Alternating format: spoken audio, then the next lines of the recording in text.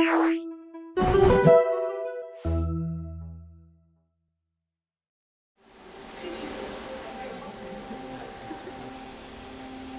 est donc ici dans le laboratoire de spectroscopie terahertz.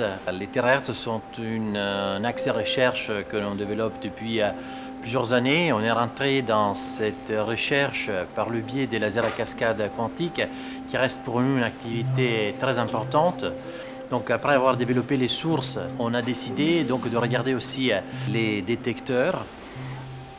Dans ce contexte, on a développé donc un nouveau concept pour la détection de radiation terahertz, et c'est le projet Capture qui est mené par Janko Todorov.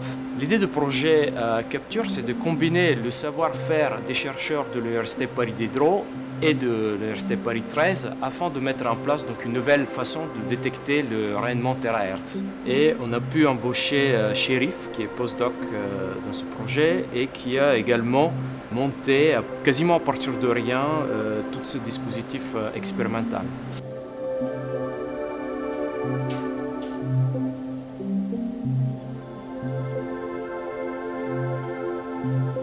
Nous avons mis en place un dispositif optomécanique qui est capable de capturer le rayonnement terahertz, de le concentrer dans des volumes extrêmement petits et de provoquer une action mécanique sur un tout petit élément nanomécanique.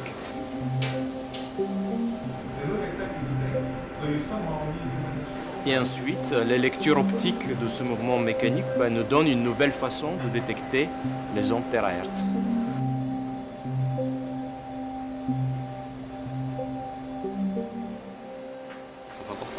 C'est super ça, hein? Oui, non, je pense que c'est une belle orientation. L'Université Paris 13 nous apporte en fait leur savoir-faire sur les procédés de fabrication de diamants.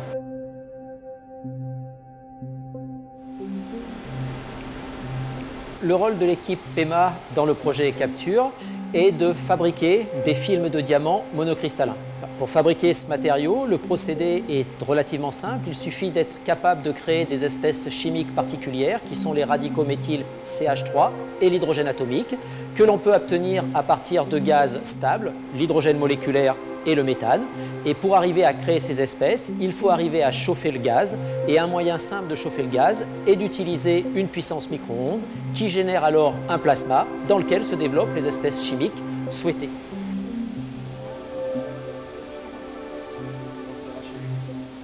On peut modifier en plus ou rajouter d'autres espèces chimiques en ajoutant des impuretés dans la phase gazeuse. Typiquement, ce que l'on ajoute, c'est un gaz diborane pour créer du bore et doper le matériau avec le bore. Et dans ces conditions, on confère à notre diamant des propriétés semi-conductrices qui sont exploitées dans le cadre de notre projet.